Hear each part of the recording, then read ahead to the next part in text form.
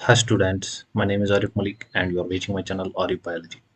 Today my topic of discussion is phototrophy and two topics related to the photomorphogenesis have I already uploaded on my YouTube channel, so वहाँ से आप ये देख सकते हो. So let's start here with phototrophy. फोटोट्रॉफिन जो होता है एक्चुअली ये एक ब्लू लाइट रिसेप्टर होता है प्लांट्स में जो कि 400 to 500 nm लाइट को रिसीव करता है एंड फोटोमॉर्फोजेनिस को क्या करता है, फोटोमॉर्फोजेनिस को प्रमोट करता है. ये फोटोट्रॉफिन जो होता है एक्चुअली ये टू पार्ट से बना होता है. एक होता है प्रोटीन पार्ट, दूसरा होता है नॉन प्रोटीन. ये जो नॉन प्रोटीन पार्ट होता है यहाँ पर वो होता है क्रोमोफोर.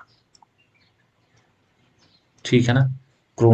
जो नॉन प्रोटीन पार्ट होता है यहाँ पर वो कौन सा होता है, क्रोमोफोर. क्रोमोफोर में अब जो फोटोट्रॉफिन होता है वो कौन सा होता है, इसके लिए जो फोटोट्रॉफिन होता है उसे कहते हैं A F M N sorry FMN, that is flavin mononucleotide. ठीक है ना. इसमें भी ये होता है फैलाविन. फैलाविन में कौन सा, FMN. FMN क्या है, ये एक टाइप है किसका, फैलाविन का. ठीक है ना. सो इस तरह हम कह सकते हैं ये जो फोटोट्रॉफिन है ये एक फैलावो प्रोटीन है. फोटोट्रॉफिन जो होते हैं ये मेम्ब्रेन एसोसिएटेड प्रोटीन्स होते हैं जो कि लोकेट होते हैं प्लाज्मा मेम्ब्रेन पर एंड ये फंक्शन क्या करते हैं, और ये एक्ट करते हैं as a serine threonine kinase. ठीक है ना. ये सीरीन थ्रियोनिन काइनेस एक्टिविटी दिखाते हैं. ठीक है ना, इनटू अमीनो एसिड्स के साथ. दो टाइप्स ऑफ फोटोट्रॉपिन अरेबिडोप्सिस में पाए गए हैं जिनको हम कहते हैं phototropin first and phototropin second. Phototropin के बारे में और एक पॉइंट आपको ये इंपॉर्टेंट याद रखना है, ये जो फोटोट्रॉपिन होते हैं ये एब्जॉर्ब करते हैं यूवी आल्सो यूवी लाइट को भी, जिसकी ये स्पेक्ट्रम क्या होता है 300 to 400 spectrum UV A lights को भी ये रिसीव करता है. सो इस तरह हम क्या कह सकते हैं, phototropic function can also be mediated by UV A light. अगर हम ऑकरेंस देखें तो ये कहाँ पर पाए जाते हैं, ये एल्गी टू एंजियोस्पर्म सभी प्लांट्स में पाए जाते हैं. In plants phototropins are mostly present in leaves. So special points, phototrophin first and phototrophin second exhibit as overlapping function in addition to having unique physical roles. ये माना जाता है जो फोटोट्रॉफिन्स होते हैं ये एटलीस्ट 60 to 70% इनकी फंक्शन सेम होती है, लेकिन कुछ इनमें डिफरेंट एक्टिविटीज भी होती हैं. ठीक है ना. Phototropins collectively function to enhance photosynthesis efficiency. अब ये क्या करते हैं, ये फोटोट्रॉफिन क्या है, ये फोटोसिंथेसिस डायरेक्टली नहीं करते हैं. फोटोट्रॉफिन्स डायरेक्टली क्या नहीं करते हैं, ये डायरेक्टली कोई भी रोल नहीं करते हैं इन फोटोसिंथेसिस. सो ये इनडायरेक्टली करवाते हैं फोटोसिंथेसिस को एनहांस, वो हम देखते हैं, लेकिन अंडर ब्लू लाइट, ये ब्लू लाइट के अंदर प्लांट को फोटोसिंथेसिस एनहांस करवाते हैं. यहाँ पर और एक पॉइंट अगर हम देख लें difference between phototropin first and second में क्या है, फोर्ट वन जो होता है that's phototropin first is more sensitive to low blue light. ठीक है ना. ये जो फोटोट्रॉपिन फर्स्ट है ये मोर सेंसिटिव होता है ये जो लो ब्लू लाइट होती है, whereas the phototropin 2 is more sensitive to high blue light intensities. ये पॉइंट भी इंपॉर्टेंट है. नाउ अब हम डिस्कस करते हैं structure. Now let's discuss the structure. Structure बहुत इंपॉर्टेंट है. अगर हम स्ट्रक्चर यहाँ पर देखें तो ये दो डोमेन्स में डिवाइड किया गया होता है. Suppose this is first that is C domain and यहाँ पर कौन सा होता है N domain, N terminal and C terminal. ये जो एन टर्मिनल होता है इसके पास टू रीजन्स होते हैं, that's two domains, L O V first, that's LOV first हम इसको कहते हैं, एंड इसके पास होता है लव सेकंड. अब ये पहले हम डिस्कस कर लेते हैं दैट्स एन टर्मिनल रीजन को. अब ये एन टर्मिनल रीजन ये कौन सा रीजन है, इसके पास टू डोमेन्स होते हैं, एक होता है LOV first and LOV second. LOV first क्या होता है, that's L O V stands for light oxygen voltage. ठीक है ना. Light oxygen voltage first and light oxygen voltage two. अब ये जो एन टर्मिनल होता है इस रीजन को हम क्या कहते हैं, फोटो सेंसरी रीजन. ठीक है ना। अब इनके साथ टू क्रोमोफोर्स अटैच होते हैं, जैसे मैंने आपको बोला था। फिर इसके पास होता है फालाविन, ठीक है ना। फालाविन में कौन सा, FMN, ठीक है ना। अब इसके साथ यहाँ पर FMN आकर इंडिविजुअली यहाँ पर भी FMN आकर बाइंड कर जाएंगे नॉन कोवेलेंटली। यहाँ पर जो बॉन्ड बनता है वो कौन सा होता है, नॉन कोवेलेंट। सो हम कह सकते हैं ये यहाँ पर बाइंड करते हैं नॉन कोवेलेंटली, ठीक है ना। एंड इस पार्ट को हम क्या कहते हैं, photo sensory region. Photo sensory means sunlight जो कि ब्लू लाइट है उसको रिसीव कौन करेगा, यही रीजन, ठीक है ना। अब यहाँ पर हमारे पास और एक डोमेन है जिसको हम कहते हैं serine threonine kinase. Serine threonine kinase domain हमारा और एक होता है। अब इस पार्ट को हम क्या कहते हैं, इस रीजन, ये जो सी रीजन होता है, इस रीजन को हम आउटपुट डोमेन भी कहते हैं। आउटपुट डोमेन मीन्स जब ये part that is LOV first and LOV second blue light को रिसीव करते हैं, देन ये ट्रांसफर कर देते हैं आउटपुट डोमेन के पास, एंड आउटपुट डोमेन जो है एक्टिवेट हो जाता है, एंड ये सिग्नल्स जो कि इसे ट्रांसफर करने हैं फोटोमॉर्फोजेन्स को, उनको फिर ट्रांसफर कर देता है। यहाँ तक ये हो गया इसका स्ट्रक्चर। अब हम डिस्कस कर लेते हैं इसकी, ये जो फंक्शंस हमने देखी इनका मैकेनिज्म क्या है, दरअसल ये फंक्शन कैसे करते हैं, मैकेनिज्म ऑफ एक्शन।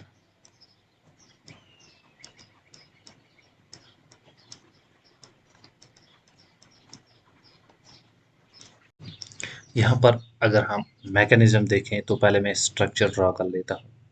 कुछ ऐसे हमने पढ़ा था, यहाँ पर हमने एक डोमेन बनाया था जिसको हम कहते थे LOV first, and we have here second domain that's LOV second, and यहाँ पर हमने in presence of dark non covalently यहाँ पर लिंकर देखा था MN, and यहाँ पर भी non covalently लिंकर था FMN। ये हो गया हमारा एक डोमेन जो कि फोटो सेंसरी डोमेन है। सेकंड डोमेन अगर हम यहाँ पर देखें तो सेकंड जो हमारे पास है इस तरह सा सी टर्मिनल रीजन था, एंड इसको हमने क्या कहा था, सीरीन थ्रियोनिन काइनेस रीजन, ठीक है ना। अब लेकिन यहाँ पर इस स्ट्रक्चर में आपको कुछ मैं एडिशनल से कुछ ऐसे ड्रा कर देता हूँ। अब यहाँ पर क्या होता है, यहाँ पर कुछ ऐसे और एक हिस्सा होता है ऐसे थोड़ा सा, इस रीजन को हम क्या कहते हैं, J alpha helix. J alpha helix, J alpha helix. Let me first draw this structure and sorry for this structure. So अगर हम यहाँ पर मैकेनिज्म डिस्कस करें तो फर्स्टली मैंने आपको पहले क्या बताया था, इन प्रेजेंस ऑफ डार्क ये क्या होता है, यहाँ पर इन प्रेजेंस ऑफ डार्क ये नॉन कोवेलेंटली बॉन्डेड रहते हैं किसके साथ, दैट्स ये FMN and FMN LOV two domains के साथ इंडिविजुअली नॉन कोवेलेंटली बॉन्डेड रहते हैं in presence of dark light. अब यहाँ पर क्या होता है, यहाँ पर एक रीजन होता है जिसको हम क्या कहते हैं, अल्फा हेलिक्स। ये अल्फा हेलिक्स रीजन क्या करता है, ये टाइटली बाइंड रहता है किसके साथ, लव टू के साथ, ठीक है ना। जब ये टाइटली बाउंड रहता है लव टू के साथ, इसकी वजह से क्या हो जाता है, ये फोल्डेड फॉर्म में यहाँ पर रहता है, ठीक है ना।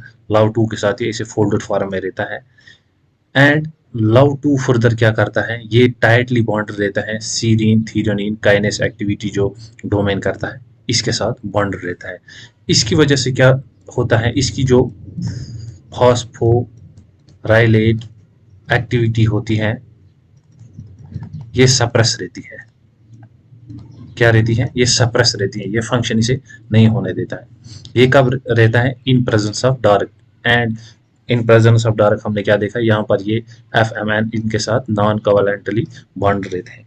लेकिन जब ब्लू लाइट अब मिलती है, अब इन प्रेजेंस ऑफ ब्लू लाइट क्या होता है, ये जो हमारा FMN and FMN love domains के साथ बाइंड था, ये अब कोवेलेंटली बॉन्डेड होता है। यहाँ पर कैसे होता है, कोवेलेंटली, जब ये कोवेलेंटली बॉन्डेड हो जाते हैं इसके साथ, that's LOV first and LOV two domains के साथ, इसकी वजह से क्या है, कुछ कन्फर्मेशनल चेंजेस आ जाती हैं, ठीक है ना, कन्फर्मेशनल चेंजेस, ठीक है ना। जब ये इसमें कुछ इस डोमेन में अब कुछ स्ट्रक्चरल या कन्फर्मेशनल चेंज जिसे हम कहते हैं वो आ जाएंगी, जिसकी वजह से क्या होता है, ये जो फोल्डेड फॉर्म में था, यहाँ पर फोल्डेड फॉर्म में अल्फा हेलिक्स, ये अब नॉन फोल्डेड फॉर्म में रहता है, किसमें, नॉन फोल्डेड फॉर्म में। इसकी वजह से क्या हो जाता है, ये फॉस्फोराइलेट हो जाता है, कौन सा reason, serine threonine kinase, phosphate जो होता है यहाँ पर फॉस्फोराइलेशन हो जाती है, क्या हो जाती है अब, फॉस्फोराइलेशन, ठीक है ना। अब यहाँ पर क्या हो जाएगी, फॉस्फोराइलेशन हो जाएगी, क्योंकि अभी जो alpha helix love two domain के साथ टाइटली बॉन्डेड था एंड ये क्या था, फोल्डेड फॉर्म में था, अब कन्फर्मेशनल चेंज आने के साथ ये थोड़ा सा लूज हो जाता है, जिसकी वजह से ये सीरी थ्रीओनिन काइनेस भी इस लव टू डोमेन से अलग हो जाता है एंड इसकी वजह से क्या हो जाता है, इसमें फॉस्फोराइलेशन हो जाती है। जब ये फॉस्फोराइलेट हो जाता है, दैट्स फॉस्फोराइलेशन हो जाती है यहाँ पर, इसकी वजह से क्या हो जाती है, फोटोट्रॉफिन्स अपना रेस्पॉन्स दिखाते हैं, ठीक है ना। फोटोट्रॉफिन्स जो होते हैं ये क्या करेंगे, अपना रेस्पॉन्स दिखाएंगे, जिसकी वजह से क्या हो जाएगी, प्लांट में फोटोमॉर्फोजेनेसिस हो जाएगी इन प्रेजेंस ऑफ सनलाइट। अब हम देखते हैं इसके बाद अगर फिर से डार्क लाइट आ जाए उसके बाद क्या होगा। पहले मैं यहाँ से ये रब कर लेता हूँ।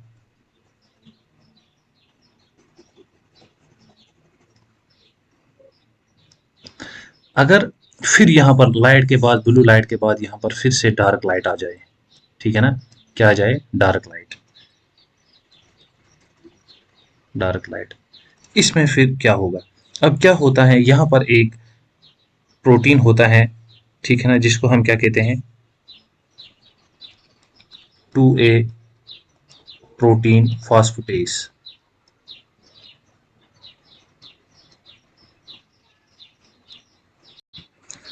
इसको हम ऐसे भी लिख सकते हैं, PP2A प्रोटीन फॉस्फेटेस 2A, ठीक है ना। ये एक स्पेसिफिक प्रोटीन है जो कि डीफॉस्फोराइलेशन करवाती है, डी, ये क्वेश्चन CSIR नेट के लिए इम्पॉर्टेंट है, जो कि डार्क लाइट में ये जो स्ट्रक्चर होता है दैट इज फोटोट्रॉफिन का, इसको डीफॉस्फोराइलेट कौन करवाता है, दैट्स PP2A प्रोटीन, ठीक है ना। ये इसकी फिर से डीफॉस्फोराइलेशन करवा देता है, जिसकी वजह से ये फिर क्या हो जाता है, इनएक्टिव, ठीक है ना। अब हम यहाँ पर देख लेते हैं शॉर्ट में, फिर से मैं आपको बोल देता हूँ हमने यहाँ पर क्या पढ़ा।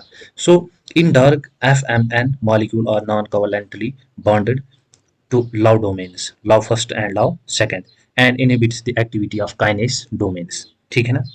अपॉन ब्लू लाइट, जब हमने फिर ब्लू लाइट में देखा था, absorption FMN molecule becomes covalently bonded to love domains, which results in conformational changes in protein and activate love domains, which result in activation of kinase domain due to the unfolding of alpha helix, इसकी फिर unfolding मैंने बोला था यहाँ पर हो जाती है, which leads to the autophosphorylation of the kinase domain on multiple residues यहाँ पर, which activates phototrophin and start signal pathway, ठीक है ना। फिर हमने इसके बाद लाइट में क्या देखा था, फिर से अगर डार्क लाइट आ जाए तो ये प्रोटीन देखा था कौन, PP2A प्रोटीन, ये क्या करता था, मीडिएट्स डिफॉस्फोराइलेशन एंड इनएक्टिवेट कर देता था ये फिर किसको, फोटोट्रॉफिन को, इन प्रेजेंस ऑफ डार्क। ये रहा इसका mechanism, in presence of dark and in presence of. तो अब हम यहाँ पर और एक पार्ट डिस्कस करते हैं, दैट्स फंक्शंस। फोटोट्रॉफिन की अगर हम फंक्शन देखें तो फर्स्ट फंक्शन क्या है, फोटोट्रॉफिन रेगुलेट द क्लोरोप्लास्ट मूवमेंट। आपको पता है ये एक अडेप्टिव फीचर होता है लीव्स का, ठीक है ना, याद रखना ये लीव्स का एक अडेप्टिव फीचर है जो कि जिसमें क्लोरोप्लास्ट की मूवमेंट होती है, that occur in order to control the light absorption and prevent photo damage.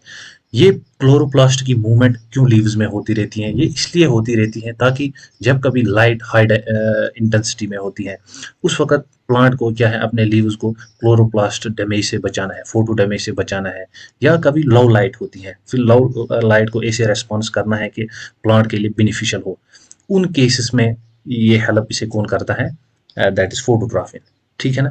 First case अगर हम यहाँ पर देखें तो ये कैसे फंक्शन करता है, that's under in love light intensity, ठीक है ना।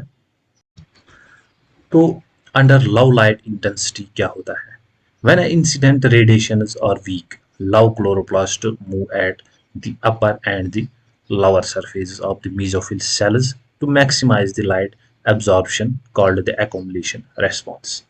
Phototrophin first and phototrophin second mediates the accumulation response. देखो जब लो लाइट इंटेंसिटी होती है लीव्स में, ठीक है ना, जब सोर्स से लो लाइट आती रहती है उस वक्त क्या होता है, वीक मूवमेंट्स होते हैं, ठीक है ना, दैट्स क्लोरोप्लास्ट के वैसे मूवमेंट नहीं होते हैं जैसे कि होने चाहिए थे। इसकी वजह से क्या है, जब लो लाइट आती रहती है, दैट्स लो लाइट इंटेंसिटी होती है, ये क्लोरोप्लास्ट क्या है, ये लोअर एंड अपर सरफेस, यहाँ पर है ये अपर सरफेस, यहाँ पर है ये lower surface, that's adaxial and abaxial side of leaves की तरफ ये चले जाते हैं। एंड इस फिनोमिना को हम क्या कहते हैं, एकोमुलेशन रेस्पॉन्स। एकोमुलेशन रेस्पॉन्स क्या है, accumulation of chloroplast up that is upper side and lower side of the surface of the mesophyll cells, ठीक है ना। यहाँ पर आप देख सकते हो कि क्लोरोप्लास्ट अपर साइड पर चले गए हैं, लोअर साइड पर चले गए हैं यहाँ पर ऑफ द मेसोफिल सेल्स।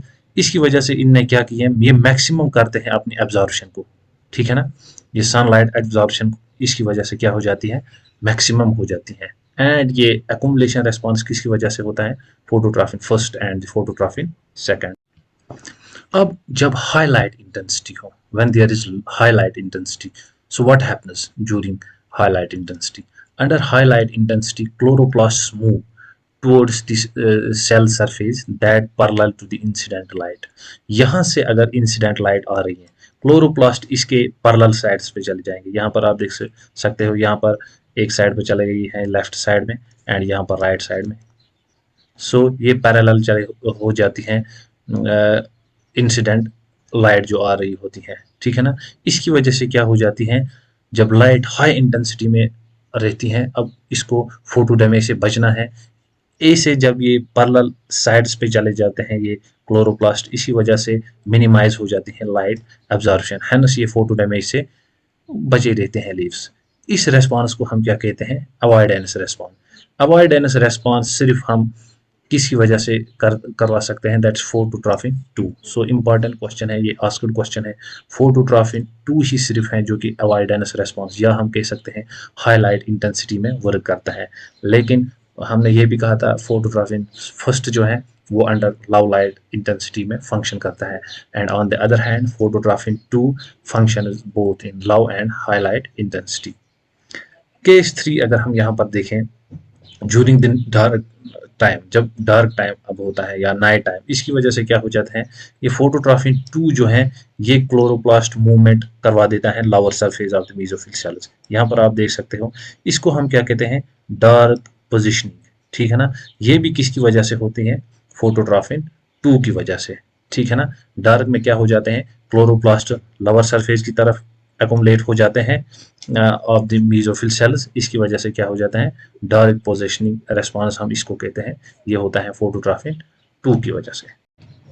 अब यहाँ पर हम देखते हैं, ये जो फोटोट्रॉफिन मैंने आपको कहा ये क्या करवा देती है, मूवमेंट होती रहती है क्लोरोप्लास्ट की। अब ये मूवमेंट कैसे करवाएगी, फोटोट्रॉफिन दरअसल क्या है, ये रेगुलेट करते हैं क्लोरोप्लास्ट मूवमेंट्स को, जैसे मैंने आपको बोला, लेकिन ये वाया एफ एक्टिन, इसे ये जो एफ एक्टिन फिलामेंट्स होते हैं इनकी वजह से ये हेल्प करवाता है क्लोरोप्लास्ट मूवमेंट में। कैसे, एक प्रोटीन होता है जिसे हम कहते हैं chup first.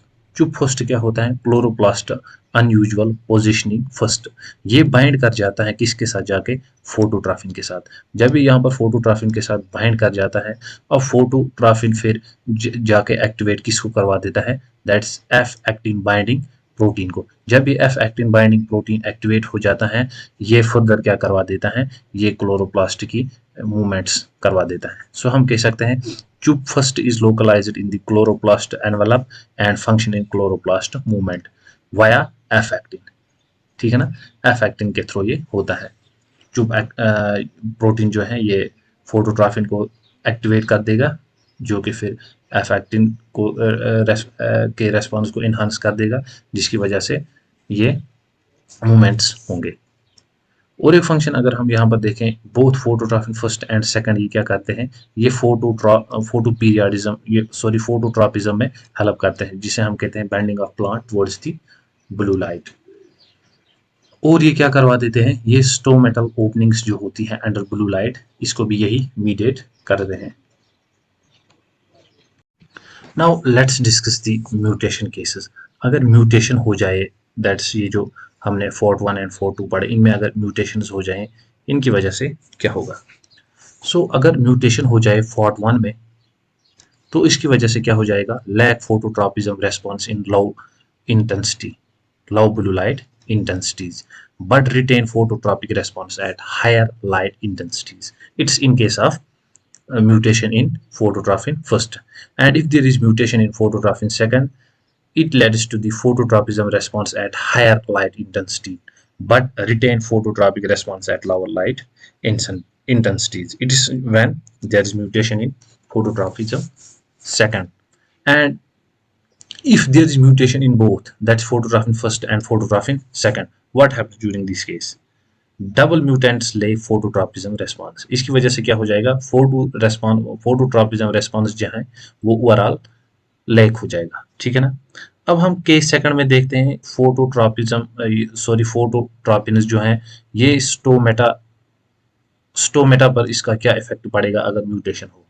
If there is mutation, that's double mutation, phototropin first and phototropin second, that's दोनों में ही म्यूटेशन हो, इसकी वजह से क्या हो जाता है, mutants fail to exhibit specific blue light response wire in.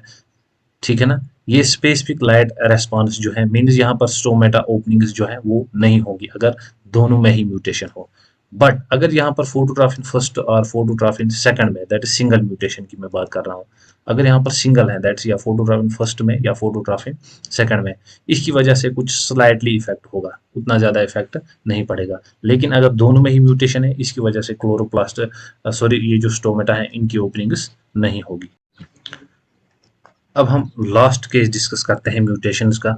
अब अगर म्यूटेशंस क्लोरोप्लास्ट में हो, ठीक है ना, अब अगर म्यूटेशंस किस में हो, क्लोरोप्लास्ट में, इसकी वजह से क्या हो जाएगा, अगर mutations both phototropism first and second में हो, दैट्स डबल म्यूटेंट हो, इसकी वजह से क्या हो जाएगा, क्लोरोप्लास्ट मूवमेंट्स जो है in response to blue light वो नहीं होंगे, जो कि हमने देखा था पैरेलल हो जाते थे या लोअर सरफेस पर या अपर सरफेस पर, वो रेस्पॉन्स अब नहीं होंगे अगर दोनों में ही म्यूटेशन हो, that's phototropism first and phototropin first and phototropin second में।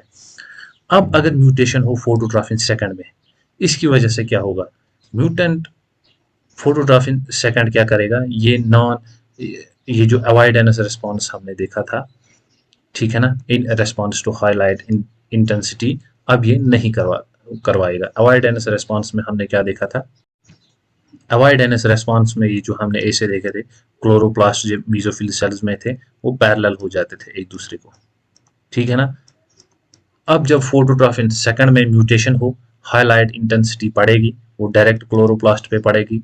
सपोज ये ऐसे हैं, क्लोरोप्लास्ट ऐसे हैं, लाइट इंटेंसिटी जब आएगी ये डायरेक्ट क्लोरोप्लास्ट पर पड़ेगी, जब ये क्लोरोप्लास्ट पर पड़ेगी इसकी वजह से क्लोरोप्लास्ट डैमेज होगा।